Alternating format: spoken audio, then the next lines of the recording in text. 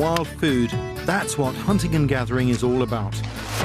This is a journey into Britain's ancient way of life as we attempt to find the foods eaten by our hunter-gatherer ancestors.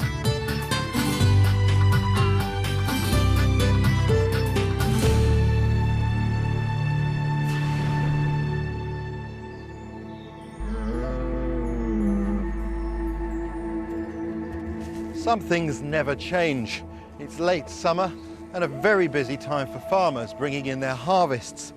And of course, that was true of our ancestors too, because the late summer is a time of great bounty in terms of wild foods. But our ancestors weren't just gatherers, they were also hunters. And if we're to understand their diet, it's terribly important that we explore the world of the hunter. It's all about the tools they had and the weapons they made. About the game they tracked and the signs they could read. If I can begin to see our landscape through the eyes of a hunter, it will help me connect with our past and the animals that still roam wild here today. We'll need to find the plants which could have given them the energy to hunt, could have flavoured and helped preserve their meat, and would balance such a protein-rich diet. Our forebears were nomads, setting camp near the resources they needed, and I'm going to do the same. Helping me is Professor Gordon Hillman from University College London, a world expert on the archaeology of wild foods. Gordon's knowledge of plants and my experience with tribal people come together in our quest to bring our silent past alive. Hi Gordon, how's it going? Oh, well, so it's already beginning to look a bit like home, isn't it? Yeah. Hunting is an exhausting business and needs high energy supplies. One food our forebears could have turned to is pendulous sedge. It's just what we're after. Perfect, absolutely perfect. It's quite heavy too. So it's got good sized seeds in it. Now, what's interesting about the pendulous sedge is its great abundance and ease of gathering when at this time of year. And I reckon that this is the sort of food that a party of hunters or family travelling between other seasonal gluts might well have made use of. They could easily gather this, grind it up between rocks and cook it into a simple bread, which is quite sustaining. There's not a great number of seed plants that you can actually strip in this way. But it works in this case very nicely. And they're just nicely ready for the plucking right now. Of course, we're collecting a bit of wildlife with it, of course, unintentionally. How are you doing there, Gordon? It's going on well. A lot of it is slightly green, which is good. Yeah, there's a bit of moisture in it, isn't it? That's right. So it won't be quite so husky as it would be otherwise. And you can imagine, can't you, people travelling through the ancient forests and coming across a stand of this looking like that, and they know that someone's been along. Absolutely, yes. They've been here. That's a visiting card. Pendulous sedge doesn't suffer from ergot fungal infection, so they're a safe seed, but complicated to process. We start by winnowing, grinding, and parching with hot rocks. Hot, hot, hot, hot, hot. Ready? Hear them popping? You absolutely can.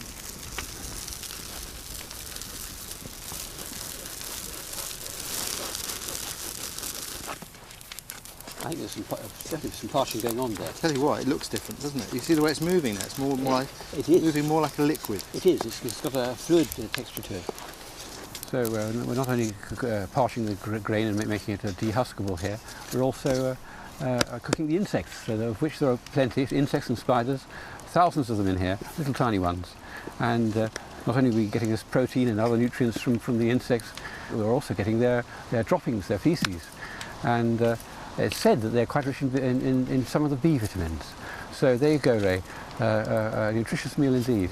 Which of the B vitamins are involved? Thank you for that, Gordon. I don't know. I've always wanted to know that. Well, it's reassuring that you're feeding yourself so comprehensively. I don't know whether you can see that, but that's what we're after. Those are the nutlets, and those have been removed from all of this material. Then the nutlets are ground to make a starchy biscuit, which can be baked in the ashes. I've always looked at these at this time of year when you might imagine hunters now thinking about making journeys to areas that are better for hunting or for fishing. This is exactly the sort of thing they might need. Yes. And it's a very easy thing to try and make enough for a couple of days, That's travel right. on. And it'll keep for several days, a biscuit of this sort. Yeah, it's ideal for carrying with you.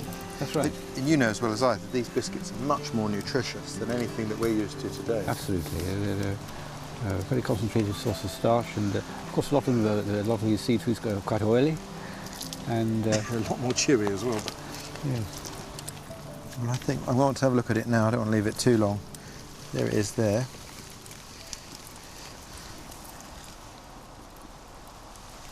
That's not bad at all.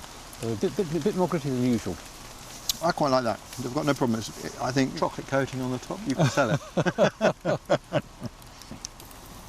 And this bit that's still here, I don't know whether you can smell that. It's just starting to burn in the embers there, that little bit that fell off. And that is the smell of burning bread. It is. That's something that our ancestors knew as well as we do today, Indeed. the smell of burning bread, but it meant an awful lot more to them because they had to go to the efforts of collecting all the seeds.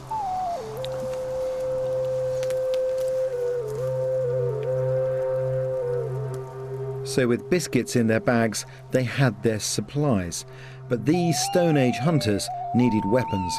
And 10,000 years ago, in the Mesolithic, the bow and arrow really came into its own, with arrowheads made out of flint.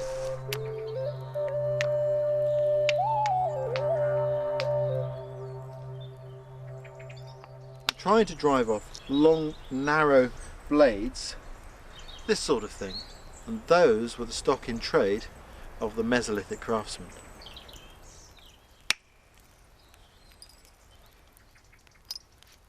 The tools from the Mesolithic are quite fascinating because they're very tiny. It's this small blade that I'm going to use to make the arrow point. I'm going to use a pressure flaker, which is basically a sharpened piece of antler, to help me create little blades, tiny blades. And the next step is to set the arrowhead on the shaft.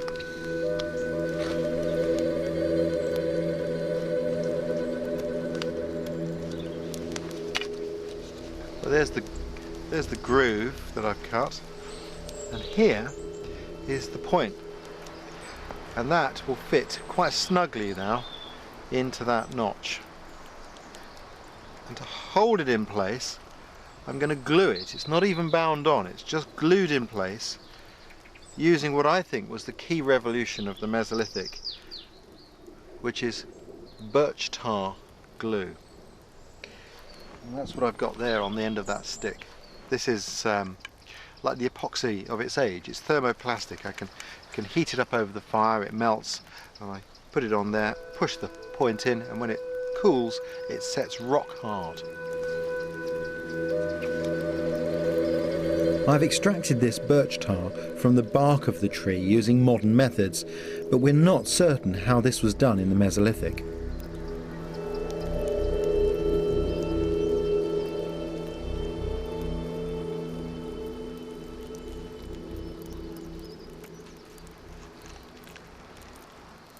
Many of the arrows from this period were left just like that. Now that's perfectly capable of doing what it needs to. But there was one found in the archaeological record from Denmark that shows another blade fitted behind, and that's what I'm going to do here. Multiple haftings like this are very typical of the Mesolithic and serve to cause more hemorrhaging, thus bringing the animal down faster.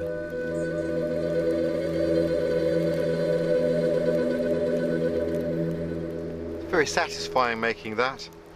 I think our ancestors would have been quite happy with that as an arrow.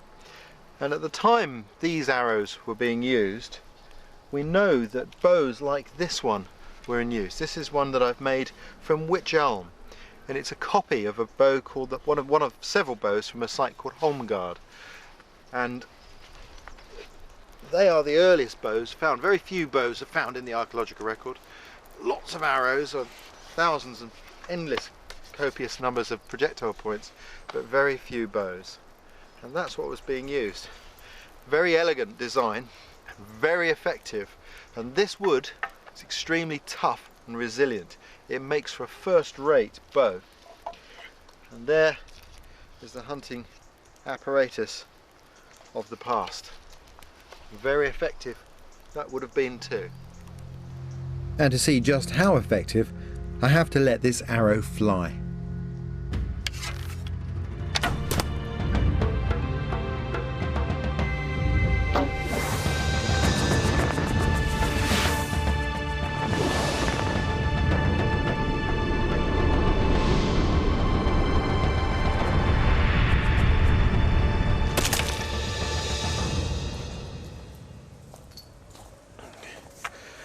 You can see that's quite a devastating injury for a leg of lamb. But if this was live, living tissue, it would be even worse. The arrow may well have gone all the way through. And very often animals hit with an arrow are poleaxed, knocked flat.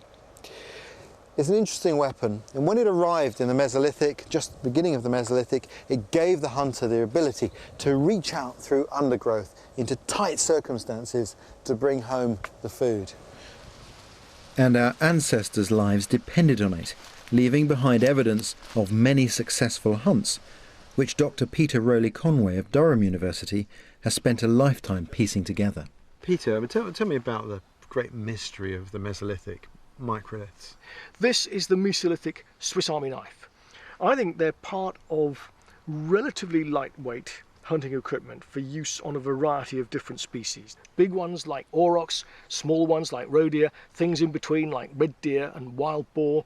And with those, you can't always be sure what kind of animal you're going to encounter next. You want a tool like a microlith, which you can put into a variety of different arrowheads, so you've got the right kind of thing with you. Also, you've got the potential of wounding an animal and following it up. So the result is you are then tracking an animal and perhaps hunting it on several different occasions over perhaps as much as a day, a big animal like an aurochs. Aurochs, of course, are the archetypal wild cattle from whom modern domestic cattle are descended, but aurochs are very, very large indeed. This is a shin bone of a modern domestic cow. If I hold up the shin bone of an aurochs alongside it, you'll get what I'm saying, the impression that an aurochs is a very large animal indeed. So if you can imagine a Spanish fighting bull, but about 3 times the size and probably 3 times as evil, then you've got a rough idea of what an aurochs is all about. So even with tiny flint weapons, our ancestors could take on mighty aurochs. In one find, an ancient skeleton was pierced with 16 arrowheads. They also had a weapon of a different kind, dogs. As today, these could have been ancient hunting companions to track wounded prey or flush out game. And their reverence for the many different animals they hunted is stunningly revealed in the cave paintings they left behind.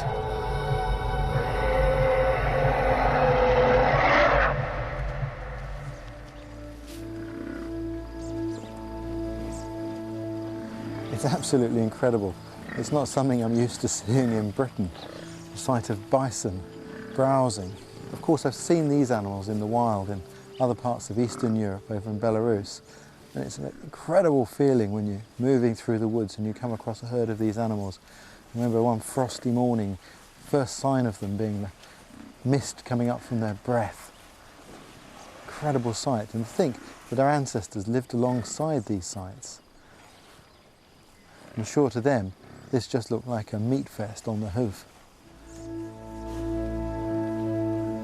But it wasn't simply about their prey, nor the weapons they had, but about how to get close to them, and they could have learned that from another predator they knew.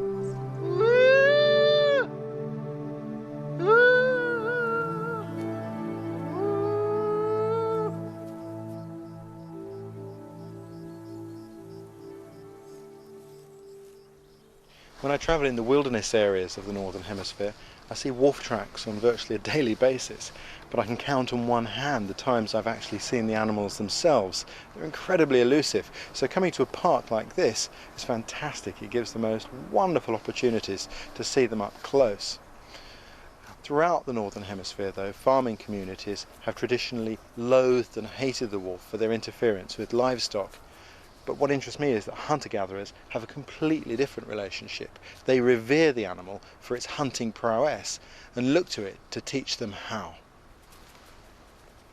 Wolves are incredibly intelligent creatures, and this was something that wasn't lost on hunter-gatherers. They learned from them. They realized how successful they were as hunters by working together as a pack, as a society. They understood about moving stealthily, being cautious, sniffing the breeze. They became aware of the importance of wind in hunting. Sometimes they even took the wolf's skin and put it on themselves to mimic it, which would enable them to get closer to herds of bison.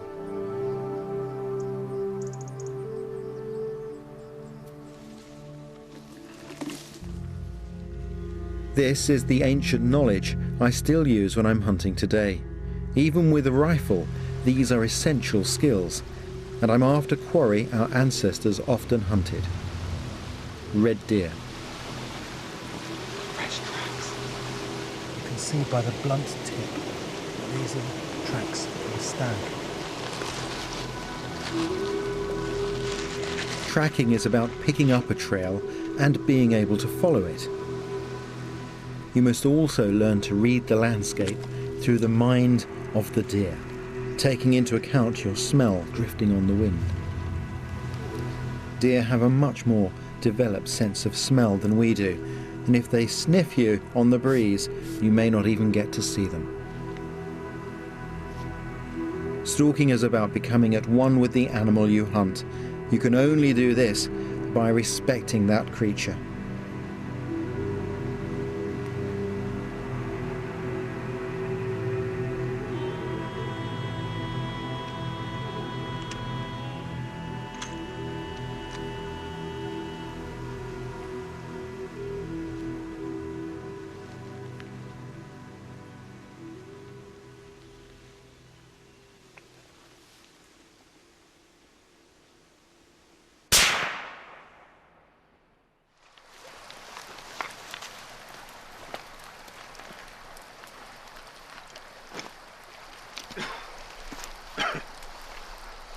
Well, there we are, there's the beast.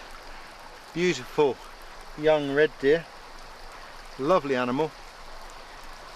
Cleanly killed and incredibly healthy meat. And a moment like this for our ancestors, just as many of the hunter-gatherers I've worked with, is incredibly important. Although you can gather wild plants, it's very difficult to live just on those. Even in the tropical areas, meat plays a very, very important, if not crucial, part of the wild diet. Successfully hunting an animal meant life was secure for a number of days.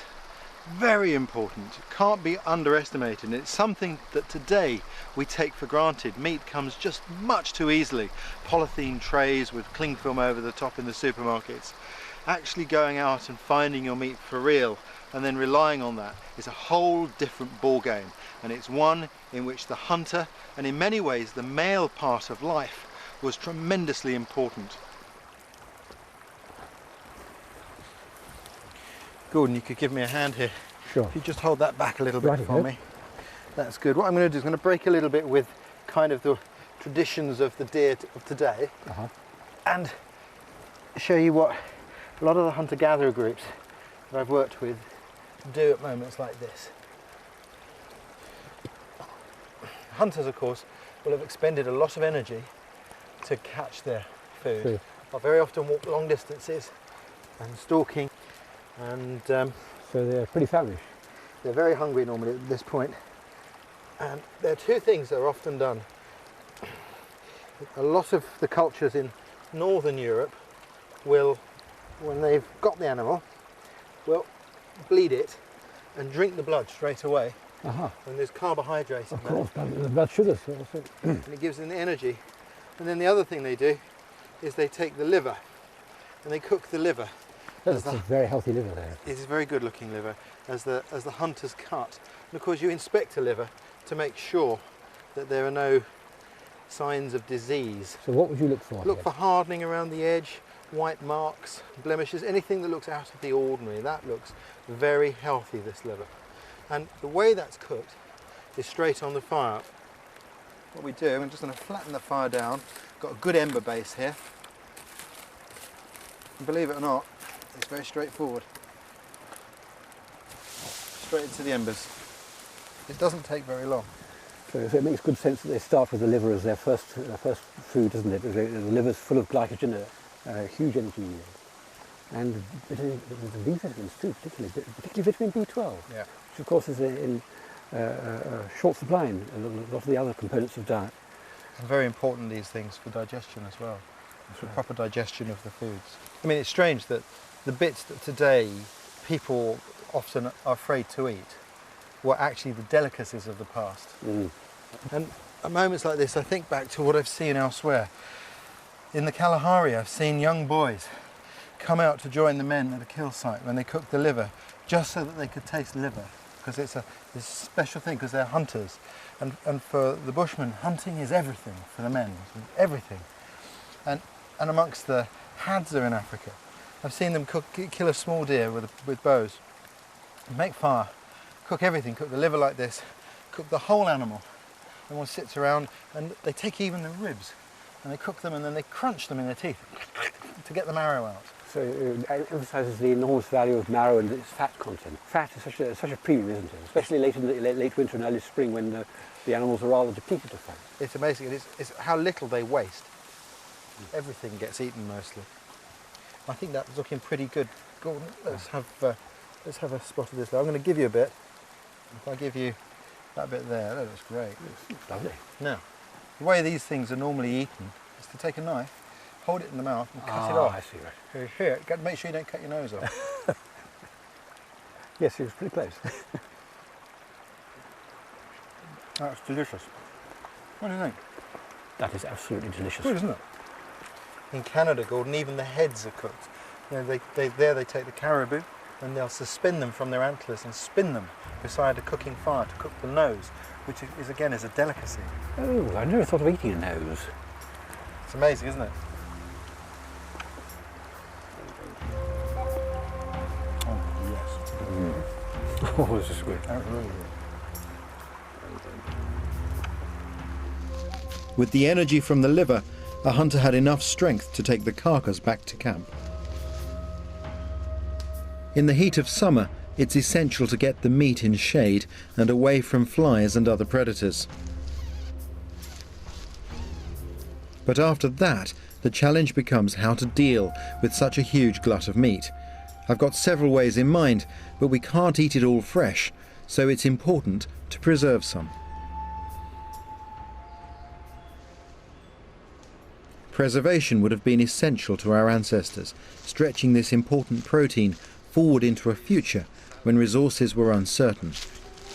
And just as I've seen other hunter-gatherers do, I'm going to air dry some. All you need is a wigwam of poles and some thatch. Here I'm using sallow leaves just to hold the warm air around the meat and speed up the drying.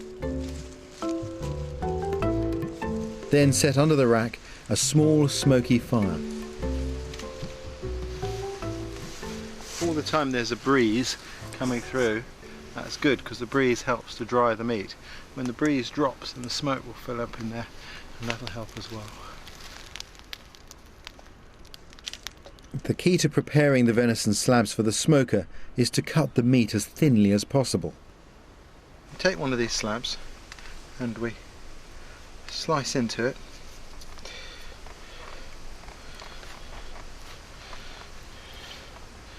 And you start to unroll it like a spiral.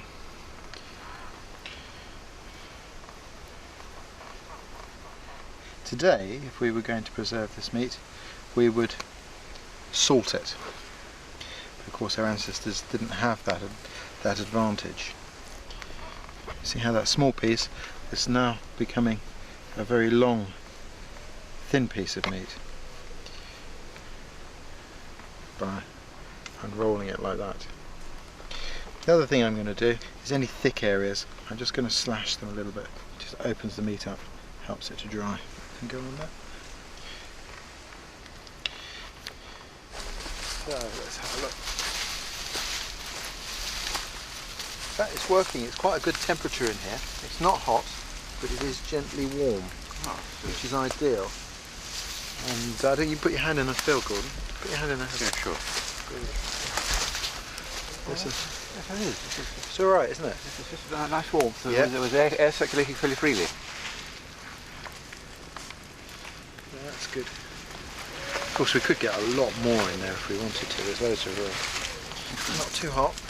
We've got the meat well high above the heat. Brilliant.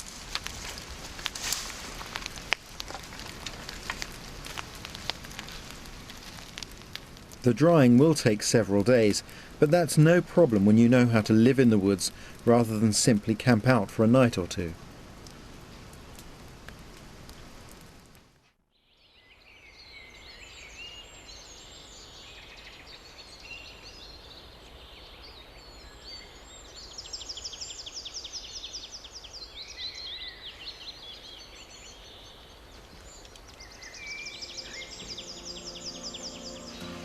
After sleeping out under the trees, there's a beauty to the first rays of warming sunlight, which I adore. It's a timeless scene, and I like to think of our ancestors perhaps beginning their day in a similar glade all those years ago.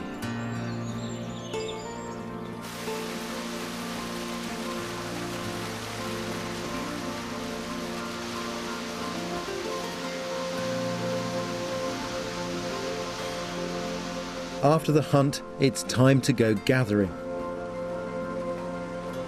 And today we're after berries, which will complement the meat and give us a whole range of essential vitamins, antioxidants and sugars. The ground floor is covered with berries. We have the bilberry, as we know it further south, or the blaeberry here. And the thing about the blaeberry is that it has, although it's sweet, it doesn't give you the sort of lift in blood sugars that you normally expect with the berry. It has a compound in it which actually reduces blood sugar. It actually makes you feel a bit weak sometimes because of this compound in it, but eventually the sugars come through.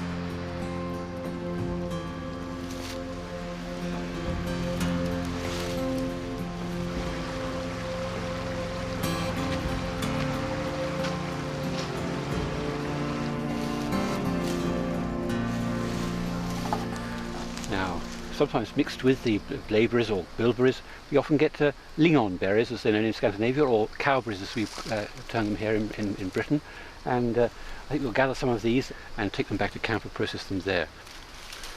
And we're using this gathering iron here, a copy of something that's used very widely amongst indigenous peoples worldwide who have access to these sort of berries. The tradition has continued to make these bilberry or cowberry combers.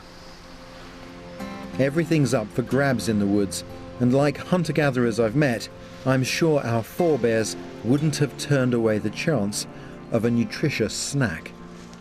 There weren't so many insects in Britain that could be used for food, but one that can, and which we know is used widely across northern Europe, is this, the wood ant. This is a wood ant's nest, and inside there at this time of year will be larvae and pupae, which are edible. And the trick is to get the ants to do the work for you, to do the collecting for you. And it's going to look pretty destructive, but in fact you can raid a wood ant's nest in this way twice in the year without necessarily destroying it. What I've got to do is I've got to break into this nest without being stung or squirted by the ants here, and I do that by just going straight in. And down in here they're like little bits of Rice Krispie. Those are the pupae and the larvae. It's very warm in here. As long as I'm quick, I get away with it. You can smell the formic acid. It's like vinegar. That should be enough. No stings, got away with that. Move that down into the middle. Now, as I'm going to throw some sticks around the edge to create shade. And I fold in the edges, and the ants will start to move the larvae and the pupae into the shade. We trick them into do the collecting for us. These ants are squirting all this formic acid. I don't know whether you can see this, but the flower is turning pink. where the ants are squirting it with formic acid. To give you some idea of how strong a change that was, there's some unaffected flowers for comparison. Isn't that incredible? It's like litmus paper. You can do this with a lot of flowers, bluebells, harebells, wood anemones. Amazing. If you get too close to one of these nests when you disturb it and the formic acid comes up, it's choking. It's a very effective defense mechanism. Let's have some of these adults. You like ants, don't you? No, I like the flavour of these adults. Sharp. Nice and vinegary. Mm. Best to kill them before you eat them, Yeah. so you've got to get your tongue otherwise. This is true. My grandsons love them. After you taught me how to get these pupae and larvae out, we've been visiting a few nests, and we generally dry fry them. Yeah, they're very nice. They're like shrimp, aren't they? They are, and they've worked very well. And but they also like the adults. It's a clever method of getting the ants to do the collecting. But I guess our ancestors could have got a clue to using these for food by seeing the nests raided by green woodpeckers and by badgers. Yeah. And they'd have had a look, and your natural inquisitiveness leads the way, doesn't it, really? That's right. Oh, there's a nice pupae here. Let's get a load of those.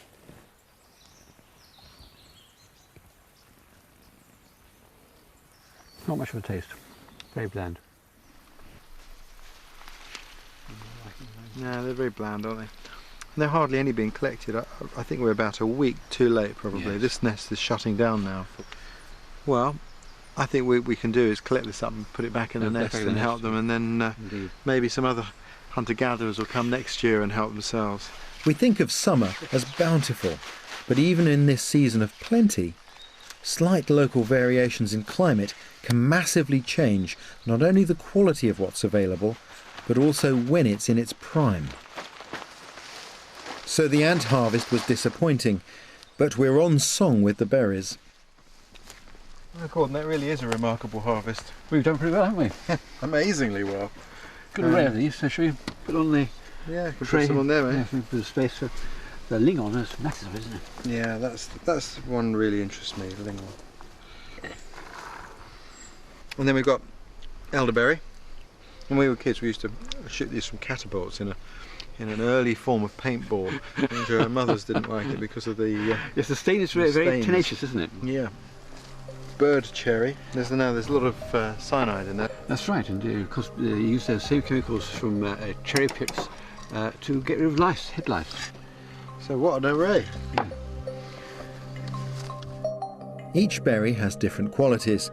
The rose hips are full of vitamin C, with seeds covered in irritating hairs perfect for use as itching powder. Bird cherries can be made edible by grinding them stone and all, then heating them, which drives off the cyanide they contain to give a tasty biscuit. It's a recipe I'm glad Gordon tried first. I can eat a lot of this. Whether the teeth would survive it is another matter. Quite crunchy. Native people in Russia have relied on these fruits, and also in northern cultures, cowberries are used widely as a preservative. Both in combination with meat and alone in clear water, they'll last for months. Virtues that would not have been lost on our ancestors.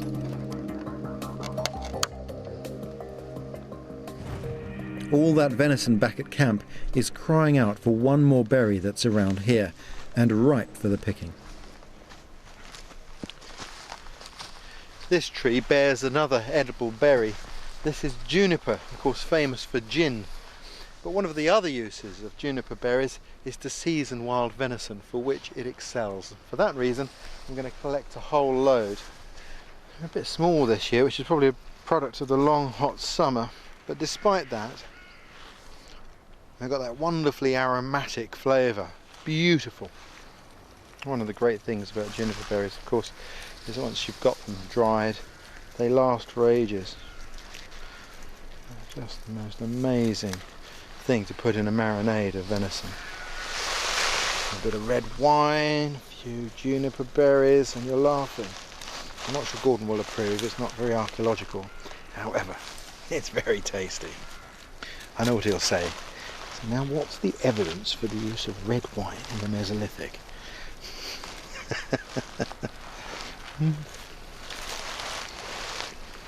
None. Didn't they just wish they had it? Well, they may be small, but they really make up for it in their potency. I'm not going to need many of these.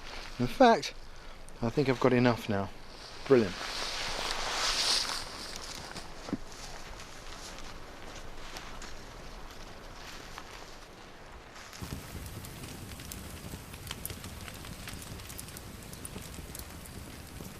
Probably noticed I brought a few cooking utensils with me. Indeed, yes. Rather impressive for Ray. Well, I thought it was time we actually cooked something a little bit more conventional with some of the wild stuff we've got with us. What I have in mind is not to cook all wild things. I think we're going to mix a little bit of modern and a little bit of old, and we'll do it outdoors and see what we come up with. I really enjoy the whole process, from hunting, selecting the deer, hunting the deer, and butchering it to cooking it. The whole process is magic. You're completely in touch with your food. And a venison casserole is just a classic dish of the woods. And to go with it, I have a spectacular and unusual dessert, for which I need one key wild ingredient, and Gordon's on the case.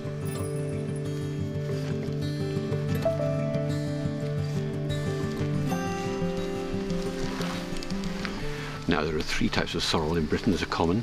We have the wood sorrel, which has leaves a bit like a clover, and the sheep sorrel, which is quite small, has little arrow-shaped leaves, and then the common sorrel, which is what we have here, which is the one that Ray needs for his cookery. All three sorrels have a very distinctive taste, and if we try this, sour, a very, very sharp taste, a bit like lemon, so let's go gathering.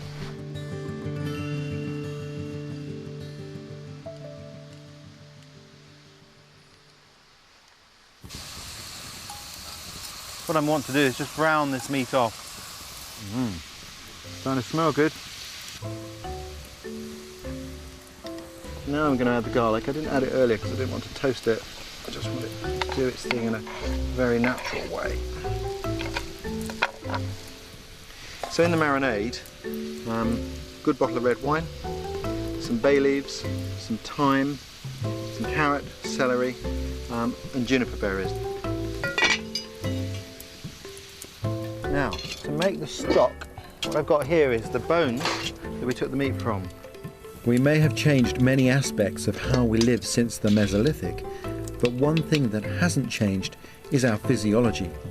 By eating what was fresh and seasonal, our ancestors had a diet we would recognise as extremely healthy today. Now I'm going to add that to the meat in there.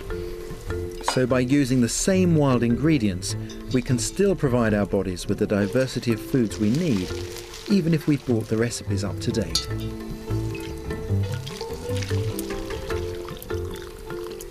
There we go. Now it's going to sit there and cook for most of the day. Nice and slowly, gently. And for pudding, the sorrel's been roughly shredded to make a treat for Gordon. What has to happen to this now? I'm going to put some hot water in there.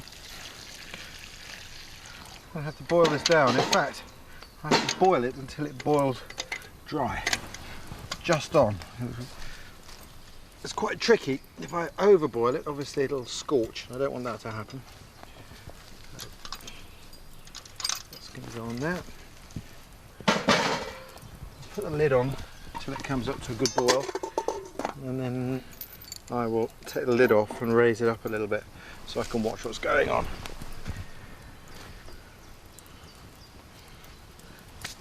Because what I want to make are some tartlets with the sorrel. It's rather a surprising recipe. So, first job. I've got some little tartlet dishes here, which I've greased.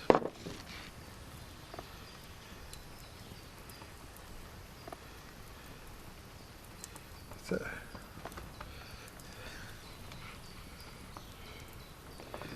I guess guess some people might think that this style of cooking and camping in the woods don't go hand in hand, but of course all of our modern ovens had their origin in the campfire. And these cast iron pots are wonderful ovens. They make all sorts of cooking possible, and being able to cook outdoors is incredibly important for morale. It's about being able to live outdoors, not just visit it in a temporary fashion.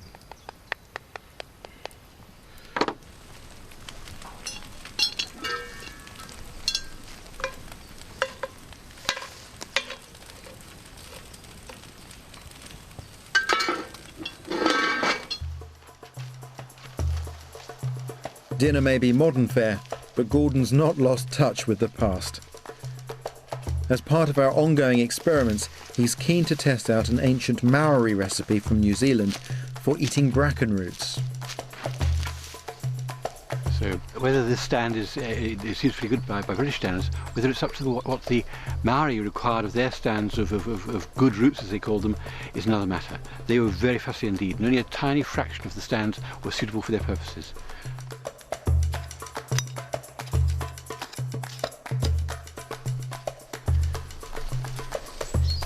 This may be more like what we're after. It's not too old like some of the big ones that have been so far. There's white, a gooey layer of starch-rich material, but unfortunately a very thick core of fibres too.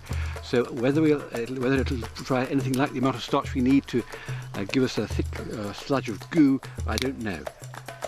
Bracken roots are potentially toxic, so we're following the Maori recipe closely, even though it seems counterintuitive.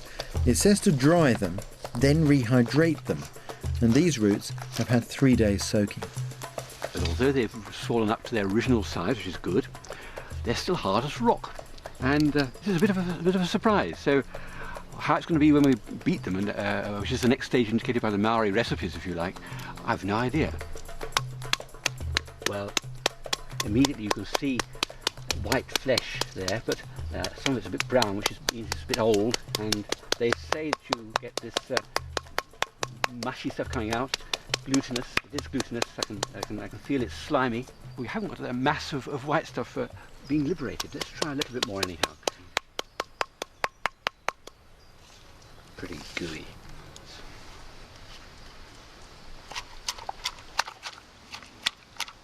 Right, let's tip this stuff out and see what it's like, and see if we can get it free from the fibres.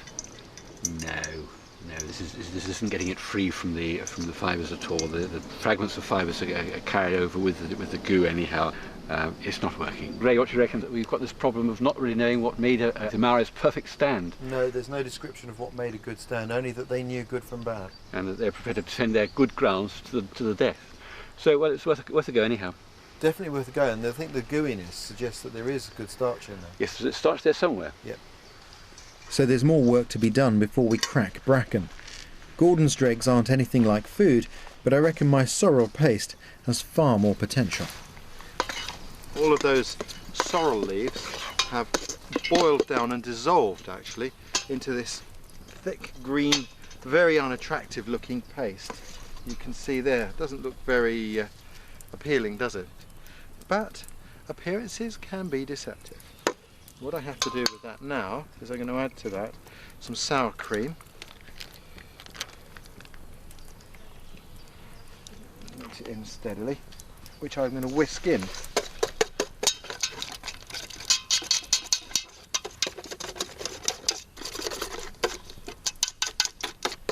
And now I'm going to put a drop of sugar in there. It's quite sour. It's going to need a little bit of that.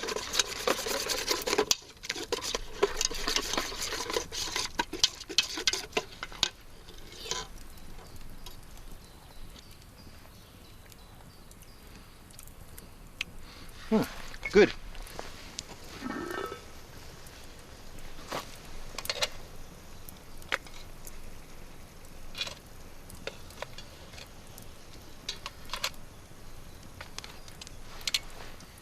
And now I scoop this strange looking green concoction in to the tartlets.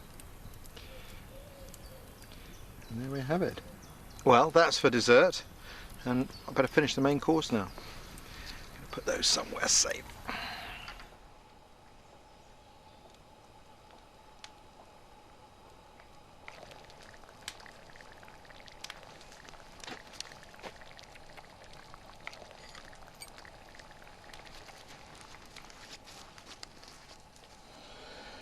There we go. One venison casserole. Wow, that is something special. That And smells absolutely delicious. to go with it, roast potatoes. Oh, fantastic. Bon appetit. Well, thank you. See how the meat is. Oh, that is just so good. Those flavours. Tender and magical. All good stuff in here. So the whole day cooking has paid off, isn't it? That was all right, wasn't it? Brilliant, that's delicious. Well, I've got a real delight for you for dessert. Well, this looks pretty remarkable. You remember the sorrel that you gathered? Yes, indeed. I'm very fond of sorrel. Well, I've turned it into a sorrel tartlet for dessert. What do you make of that? Well, I really enjoy sorrel, but I've never seen anything quite like this before. I won't see what it resembles.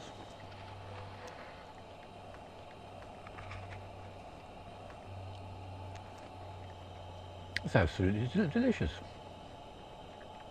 Oh, it's lovely. What does it remind you of? It's got a sharp flavour to it, which I really like. A bit rhubarby, isn't it? This is very reminiscent of rhubarb. It's absolutely delicious. Secret recipe, that. No need to me and the viewers. This is going to catch on in a big way, I think. Kind of If I'd known you were going to produce this, I would have worn black tie. Well, we haven't got our head torches on. I think that makes it a formal dinner. Well, I think I'll have to try some of this too. Your good health. You too.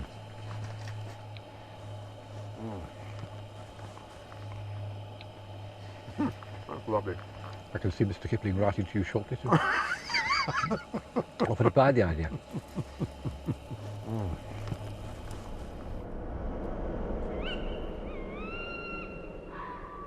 After days in the woods, I'm drawn to how darkness transforms this world. The calls of owl or barking fox, nightjars and bats filling the night. Yet I like to imagine the noises our ancestors would have known that we can no longer hear wild in Britain. Like a wolf's howl, the footfall of a bear, or a bison's guttural rumble.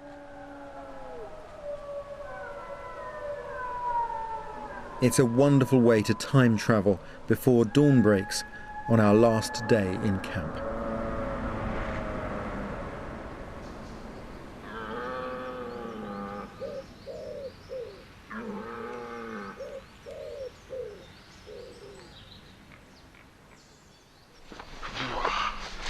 Chilly this morning.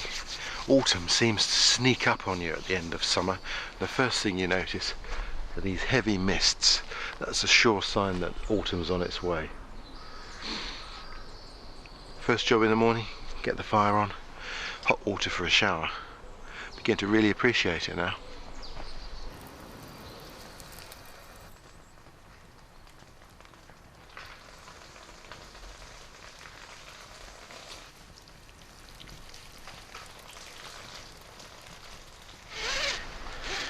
It's staggering that a single kill, which has already given us many meals, can still provide for a feast. That's good, Gordon. Let that end up here. All right. Yep. So today I have got some guests in my camp. I have some soldiers coming from the Gurkhas. I keep bumping into Gurkhas when I'm overseas.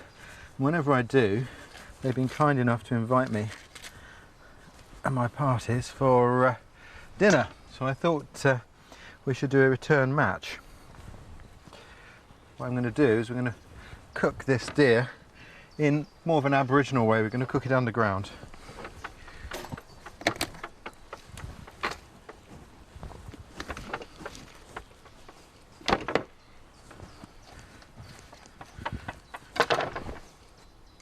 Very basic dismantling job.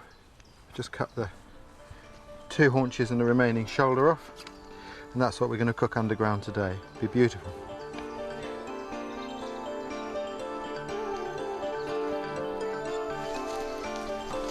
Hello. Hello. Welcome to camp. Ray. PJ. I'm PJ. I'm Gordon. Nice to meet you. Hello, PJ. Hello. I'm Gordon. Hello, I'm Gordon. Nice to meet you. But there's no such thing as a free lunch. There's a pit to be dug and a fire to be made to heat some rocks. And my guests set to in impressive style.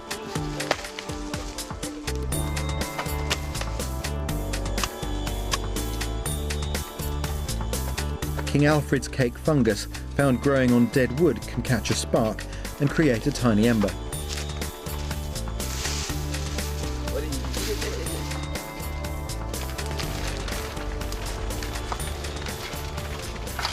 The rocks will slowly absorb the heat of the fire until they glow, and they'll then release that heat to cook our venison in the pit. It takes a while, so we've got time to gather my favourite wild roots to roast alongside the venison.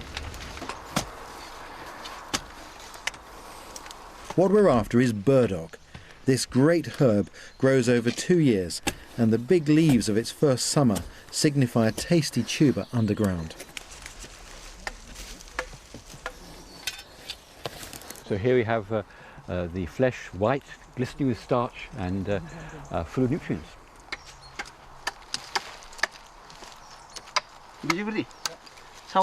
Yeah. Wow, that is fantastic. You look like you need a feed now. Yeah. I'm robust enough to dig this sort of hole, no problem. That's a fantastic amount of food though. Well done. Bye. So it's time to get down to the cookery. The burdock roots are cleaned up. Scorching rocks line the pit. The venison and veg go in. Okay, burdock roots. And then the pit is sealed. Pit cooking is typical of feasting I've witnessed, and though it takes a lot of energy to prepare, the calories in the venison will more than replace what's been used, and just goes to underline the importance of meat in a hunter-gatherer diet. While it's cooking, we've got time to check on the drying rack. I've never seen this actually done before. It's very interesting. Well, you can see now the meat's stiff. Well, that is The way it's dried. absolutely, and now I'm very surprised to see that. I thought with all the crosswinds taking the heat away, we would fail to heat up to the top here. All the heat was to do was to create dry air here, and this right. just holds it. I didn't want to cook it. This hasn't been cooked. It's just been dried, and the smoke helps to deter flies. You can try a bit of this, Gordon. That's now ready. That's ready now to eat. This is jerky. Effectively, it's jerky. Yeah, unseasoned jerky. It's very good. It's nice, isn't it? And of course, that can be stored indefinitely now, put into a skin bag, and carried. So maybe here, 8,000, 6,000 years ago, who knows? There may have been a hunting camp, and they probably would have left these smokers in place and just refreshed them when they next needed to use them. Marvellous. Good stuff. Of course, jerky will keep you going, but for my money, you can't beat pit roast venison. Well, fellas, it's had more than 2.5 hours. I reckon it should be done. Only one way to find out, and that's to dig it up. And we've invited Peter back to try it. Brilliant. Smell that burdock root. I can smell the burdock. Ah, what a gooey smell.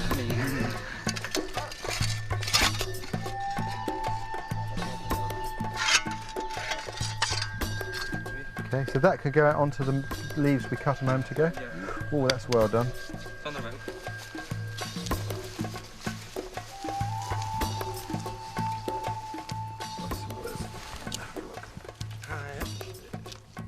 Oh, that looks so good.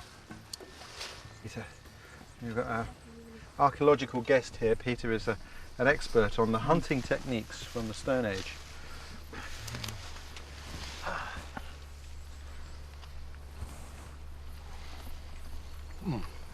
Gives a whole new insight.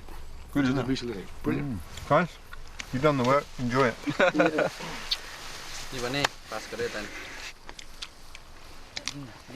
Burdock is I don't know whether you've had burdock cooked in a ground oven before. Have you done that? Not in the ground oven, yeah. I've always cooked it in the embers before. Yeah. And rather overfast, I think. Which is the quick way. But try that and see. Yeah. So this is the outer cortical layer here. Yeah. It's good, isn't it? Better than cooked in the embers. Yeah, definitely. It's like a sweet potato.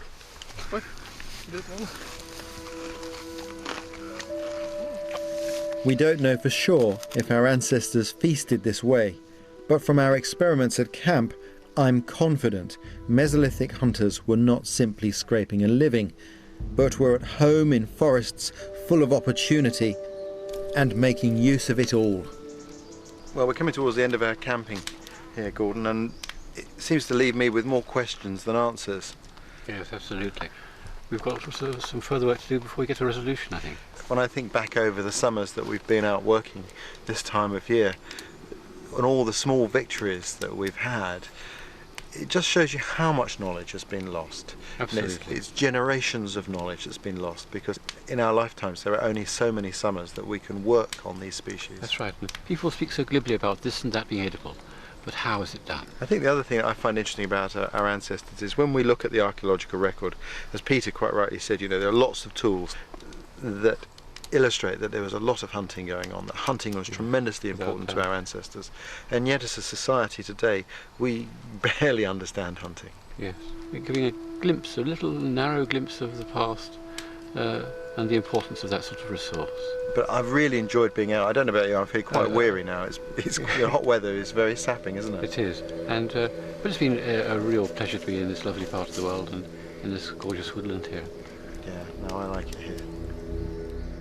Woods always give me a sense of belonging, and our ancestors would have made a similar connection with the places where they spent time.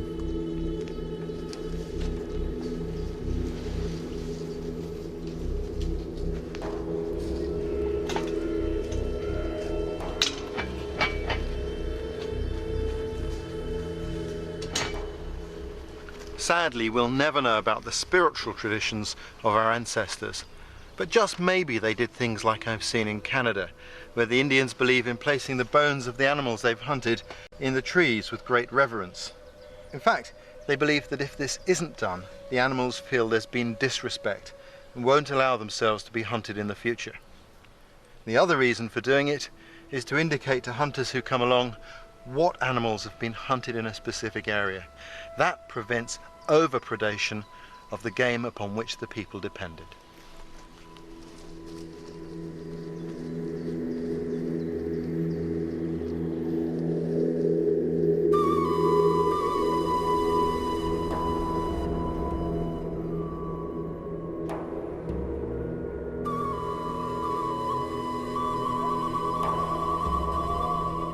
The truth about food for children. Dead Ringers star Jan Ravens is as confused as the rest of us. Tomorrow at 9. Next tonight on BBC Two, is it time to rethink our attitudes to air travel?